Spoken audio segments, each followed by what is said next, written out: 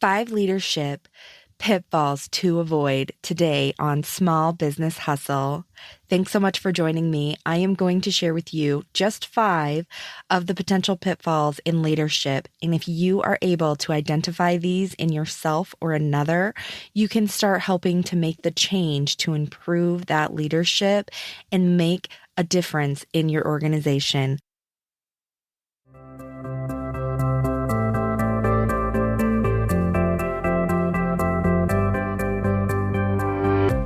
Welcome to the Small Business Hustle. And hello, I'm Molly B, your host and owner of MJ's Market, a small general store in South Dakota. This is a weekly podcast where we discuss operating a small business.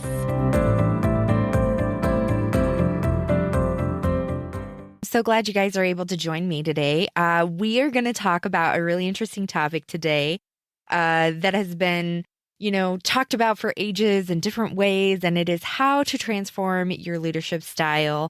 And we're going to talk about it in a Molly-esque way, in the way that I like to see some of these particular habits that I notice other leaders do. And so we're going to talk about 5 different leadership challenges. And we're also going to talk about ways that you can apply that. It doesn't have to be like just in a business setting or in a manager setting. I'm talking about leadership. And so with leadership, this could be, in any setting in your life. It could be with your family or your loved ones. So you can kind of look at every one of these in a way that can apply to multiple places in your life. And to get started today, I just really wanted to share a fun quote with you from Aristotle. We are what we repeatedly do. Excellence, then, is not an act, but a habit.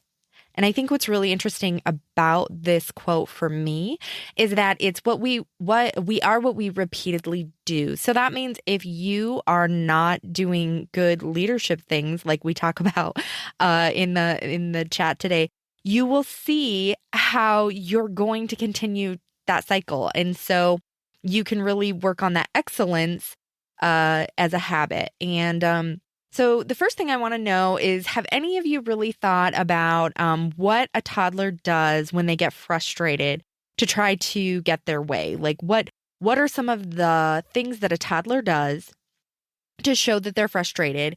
Maybe they throw their hands up, they throw themselves down, little tantrum, they scream, right?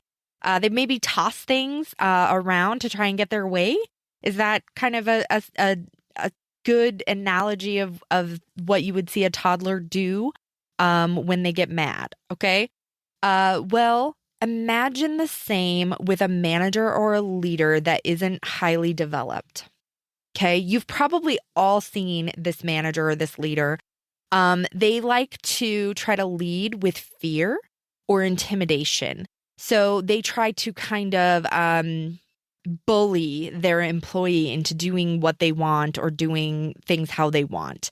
And I like to look at that as, oh, okay, well, they could just be a jerk, right? But I've known some of these people and they're not jerks. But I think it goes deeper than that, in that they don't know how to get the result they want as a manager.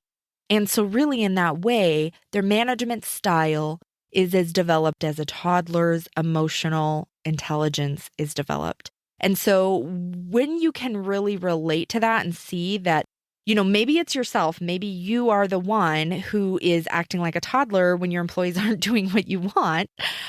If you have enough ability to recognize that in yourself, this is going to be a great chat. We can have a great talk. For the most part, I would guess that a lot of these people are not realizing that, and that this is going to be something that you're going to have to teach them, show them, and kind of give them these pieces.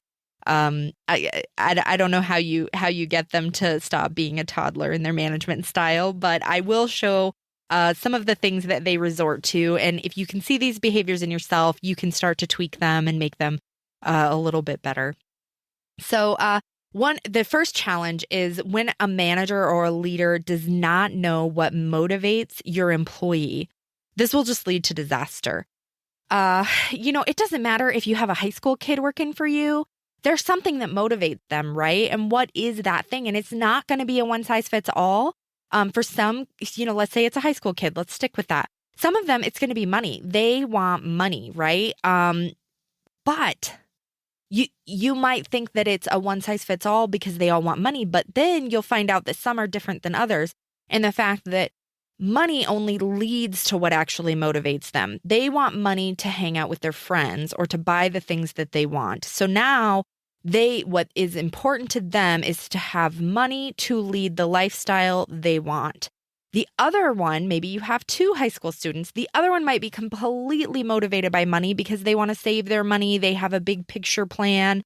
Maybe they want to buy a particular expensive thing. And so they're putting their money away for that. And so those two employees actually aren't motivated by the same thing.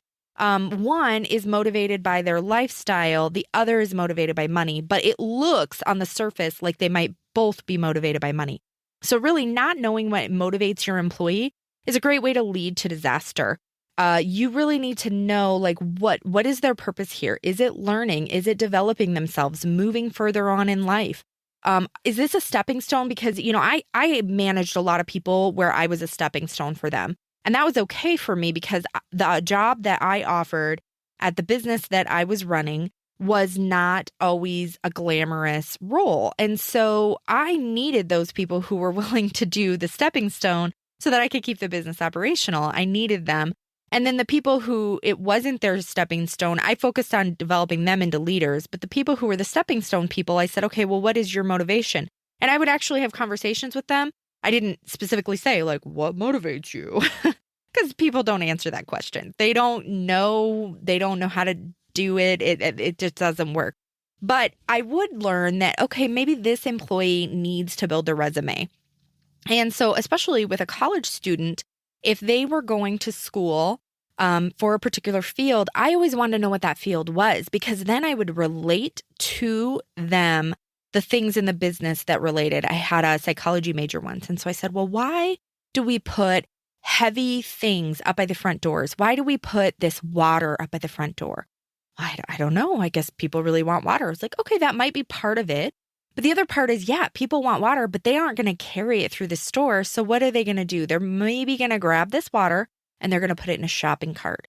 And they find that people who are carrying around a shopping cart instead of just walking through the store are going to spend more dollars. So it's a psychology piece, right? To get them to get that shopping cart. So I would always flip things into that and they would find that interesting. It would get to what really truly motivated them, which is learning about psychology. And that's not going to be the same for every psychology major even. But the idea is that I would discuss with them the types of things that made sense to them. And then therefore, they wanted to do good things for me because I was hitting a chord with them and showing and putting in the work that I cared about what was important to them, what motivated them. So challenge number 2, okay? So this one is as a leader, if you don't realize that you don't get to pick one style to teach, you're going to be in trouble. You have to adapt your learning style to each employee. And so I used to have many different ways that I would teach the same things. Some employees I would find you needed to just sit down with them and explain it to them and write it all down. You would say, okay, I want you to build the display, and you'd write down, build the display. And this is how you're going to do it. And I used to have some situations, and I think the way that I learned these things is from trial and error. When I had a time in the past in which the disastrous result came about, I spent the time to really discuss with myself, why did this go so wrong? And how can I make it better in the future? And then in the future, I would apply those tactics. And so one of the examples was if they would go to build a display, I would say, okay, so, first you want to go get the new stuff gathered, and then you can take the old stuff off the display and just put the new display up immediately. And then you're done with the new display. And then now you can go put away all the old stuff wherever it goes, whatever you're supposed to do with it. So, and then I would walk them through that and I would say, okay, you're going to need 2 carts and this is how you're going to do it. And I would really just very clearly define that. And then they would go do it and they would learn how to work from that. because to attack the project for some people is really difficult. You really have to break it down for them. And then once they go through with it, then they're set. Next time I can be like, hey, I need you to do this. And they're going to be like, I know how to do that. I did it so well last time. I've got this. I got it figured out. And then there's some employees where you really need to stand with them side by side, and you need to say, okay, this is what we're going to do, and this is how we're going to do it. And if after standing side by side with them, they are not learning and able to do it in the future, you have them in the wrong role, and you need to look at different ways you can utilize that employee. And then some employees, you can just say like, hey, this is what we need to get done. And they have it. They're going to be able to figure out how to tackle it and how to go after it. But you have to be prepared as a leader that if that person is going to break it down and go after it on their own, they're going to come up with a different way of doing things than you. And you need to be okay with that. You need to support them, and you need to realize that they have the potential to be a leader, but that you need to support their leadership decisions. And that can be really hard for some people. Just because they're not an exact replica of you doesn't mean that it's wrong. And so that's another piece that, we could go into for probably a couple hours. All right, on to challenge 3. So favoritism is only a place when you pick your friends. You do not want to use favoritism in a leadership role at all. It will spell disaster. And this goes with everything. Like, unless your company has a very defined policy of a hierarchy, and saying that, longer term employees have a hierarchy of getting a special schedule. If you have that process in place, then fine. But if you don't, do not use favoritism when you do your schedules, because I promise you it will lead to disaster. If it's, well, this employee is so much better than all these other employees. Well, what are you doing as a manager to lift up those other employees? What are you doing to make sure that they are getting as good as that best employee? And if you always put them on terrible shifts and you make them bitter and hate the job and the role, they're never going to get better. And you're just going to continue this cycle of transitioning to new team members and constantly hiring. And then you're never going to have anybody who's as good as that number one employee. One of the other challenges I had is in a situation where we were at, we did not have any defined, employees all were, supposed to be kind of scheduled equal. You weren't supposed to get, I get a special schedule because I've been here longer. That was not a thing. And I backed that a lot, because if you have scheduling like that, in some environments, and this is not all environments, some environments that can be motivating. Hey, if I stay here longer, I'm going to get this better schedule. But in other environments, it means, man, I'm never going to get a decent schedule in this place unless everybody else quits, because that's just the nature of this environment. And so now all of a sudden you're demotivating where you are, and you're using favoritism with one employee, and you're demotivating everybody else. And so I'm kind of against this. I can see in some situations where it can be helpful and it can be a good process, but in most situations it's not a good plan. And you need to just work on lifting up those employees. Let's say you're open 7 days a week and mornings and evenings. Now all of a sudden your best employee gets all Monday through Friday day shifts, and your other employees, your new employees, only get night shifts, only get weekend shifts. They're first of all, they're not going to enjoy that unless that's really what they are. But you're probably also depriving them opportunities to work with different people and to up their skills. So overall, favoritism is not a good plan. I had a manager who loved favoritism and did some really, really pointed favoritism tactics, and felt that it was totally justified. And so her employees got back at her by all deciding to quit within a short time period.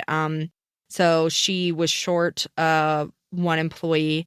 So she only had 4 left, and 3 of them timed their notice. They knew in advance that, 2 of them knew in advance that they were going to be quitting. well in advance, but instead they just waited until the very 2 weeks. And so within about 3 weeks, lost 75% of her workforce, besides the fact that she was already understaffed. So that type of situation is an example of how favoritism can be really horrible. And had that favoritism not been occurring, they would have probably been a little bit better about saying like, hey, here's a heads up. I found something different, or I'm moving across the country. I'm going to give you a heads up because I know about that way more than 2 weeks in advance. So, anyways, it's very important that if you're going to have favoritism, you only do that with your friends, because if you do it in other situations, it's probably going to come back to bite you. All right, on to challenge 4. So challenge 4 is for those leaders who kind of have no leadership at all. These ones, a lot of times these leaders, what they lack is communication. They're just not good at communicating with others.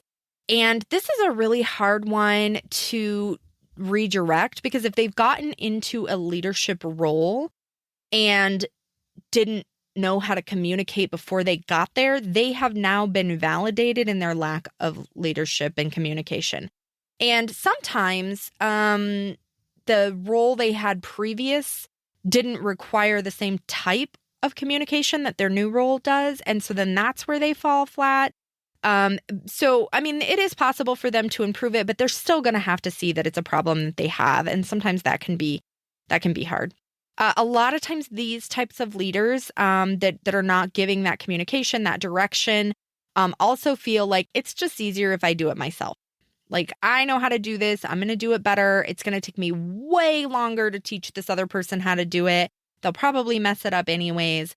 This isn't out of... They may seem as though they're kind of putting other people down, but really what it comes down to is back to that communication, right? They think they can't teach someone else to do it because their communication is not very good. And it might even go back into that challenge too, where they're trying to just teach this one way. This is the way that I teach. This is the way that you need to figure out how to learn. So instead of adapting their style, they're just trying to teach one way, and the other person is not understanding what it is they want. And then because they don't have good communication, when it isn't done the way they want, they don't come back to the other person and say, hey, this is not the result we wanted. Let's work on this. Let's see if we can do this better. So it's really an interesting dynamic. And so basically what it looks like to the employees and to the people under their leadership is that they're just giving no leadership at all. They're not giving any communication. They're not giving any direction.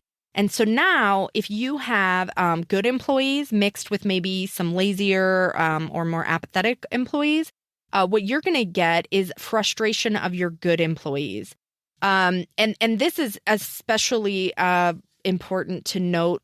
The frustration of the good employees is going to come because it seems as though the leader is apathetic and doesn't, has no concern for the outcome or the laziness of these perceived other employees.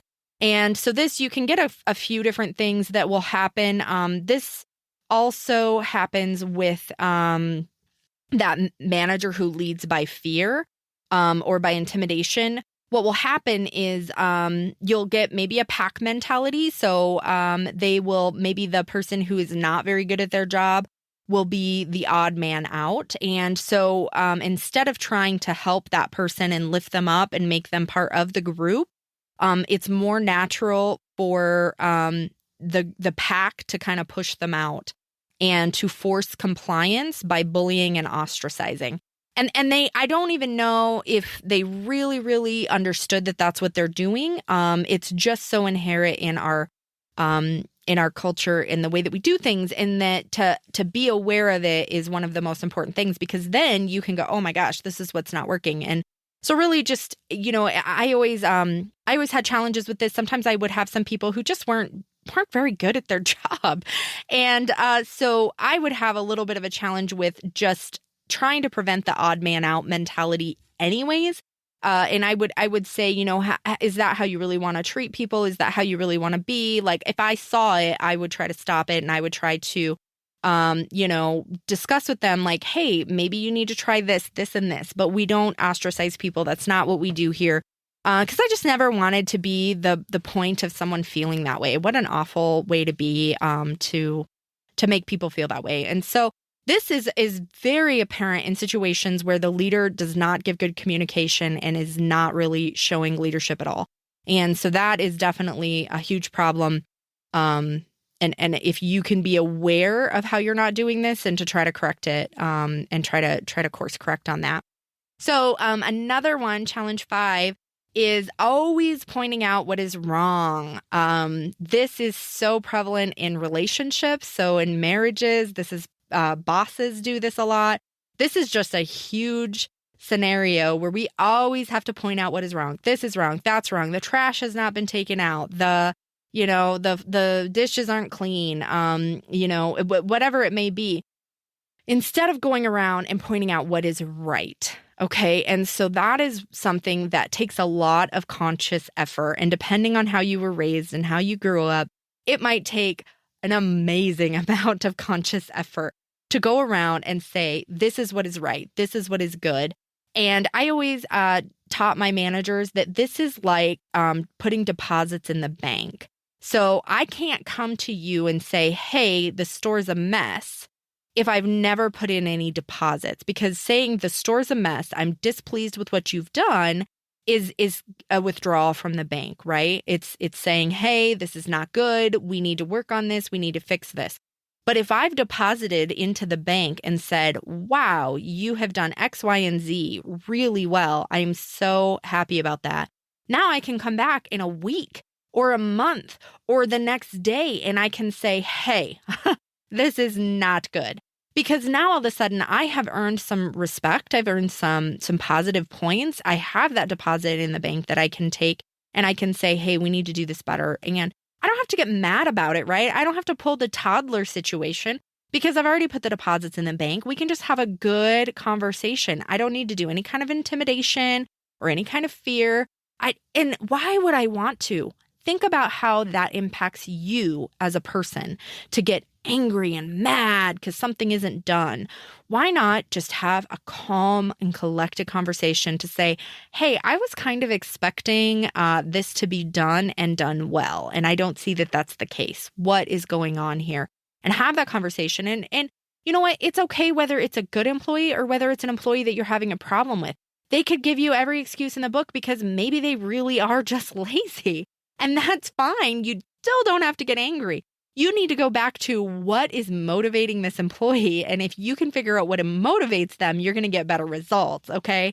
I remember I had an employee who was a manager, and she was just always going to do the good thing, the right thing. She had never been in trouble in like her entire life. And she was just baffled when people just didn't care. And I said, you know what motivates this person? Not getting written up. That's all they care about. I didn't get written up today. So yeah, it's sad, but you are not motivated by the same things as this person. So you have to stop acting like they are motivated by the same things that you are. So now I think one of the things that can be really important as a manager is to sit down and define what your team expects from you. As a leader, they expect things from you, whether you can realize it or not. And a lot of times it's really hard to define. Even if you asked your employees, what do you expect from me? They would say, I don't know. I have no idea what you're asking. This is such a weird question. So you're going to have to really think about it yourself. There's probably a lot of HR tasks. So they expect you to hire people. They don't want to be shorthanded. They don't want to maybe be asked to pick up lots of extra shifts. They don't want to be stressed out because things aren't getting done. So hiring is a way that you prevent that, right? You keep a full team. They expect you to determine a schedule. They need to know when they're supposed to be at work and when other people are supposed to be at work.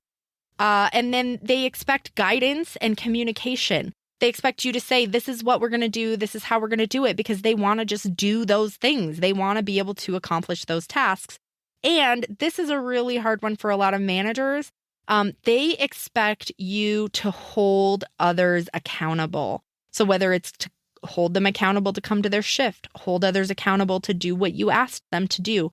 And so a lot of times you can plan and you can do, but you really need to spend some time on review. So if you spend some time reviewing, how did this go? How was this? And sometimes that means taking the time to review with the employee what their behavior is like and what things they are and are not getting done. And you're going to prevent a lot of that odd man out and pack mentality problems if you do those things as a leader.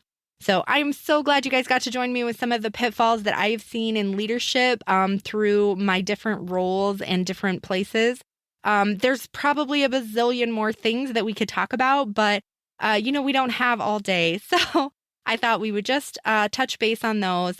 Don't be a toddler in your leadership. Make sure you lift yourself up and really focus on being a manager that leads, that truly leads, by knowing what motivates your employees and realizing that you need to change and adapt your teaching style.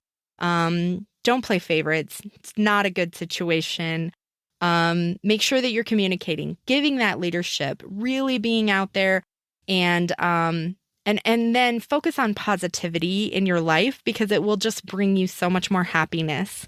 So those are some of the keys, in my opinion, to leadership. I'd love to hear what you guys think. I know there's so much more out there we could talk about. So what is it you think that I should have touched on today? Thank you for joining me this week on the Small Business Hustle. I would love to hear your feedback so I can better serve you. And don't forget to subscribe so you can catch me next week where we'll continue to talk about small business. If you found value in this podcast, you can show your support by sharing our podcast with your audience and your friends. We appreciate you, and please spread some positivity today. I promise it will do you wonders.